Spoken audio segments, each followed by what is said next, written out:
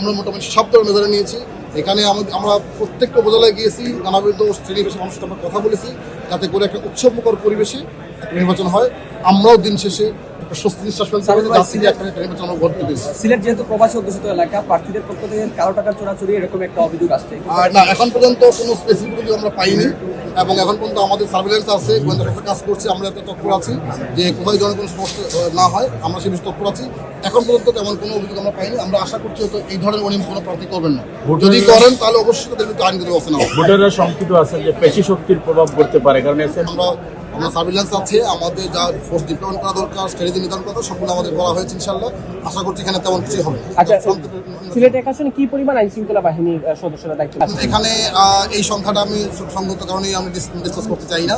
এখানে যা প্রয়োজন আছে তার চেয়ে অনেক বেশি আছে। অতি গুরুত্বপূর্ণ কেন্দ্রগুলিতে কতজন থাকবে আইন শৃঙ্খলা, বা কেন্দ্রগুলিতে কেমন থাকবে? প্রতি কেন্দ্রে কেন্দ্রগুলির স্ট্রেংথটা আমাদের আছে, সেটা হলো আনসার 4 জন, আর যদি আমাদের জেলা সভা হয় 4 জন করে পুলিশ আছে, আর এর সাথে তো মোবাইল টিম, ট্র্যাকিং ফোর্স যা আছে, সেনাবাহিনীর আছে, বিজিবির আছে, পুলিশের আছে, আনসারের আছে।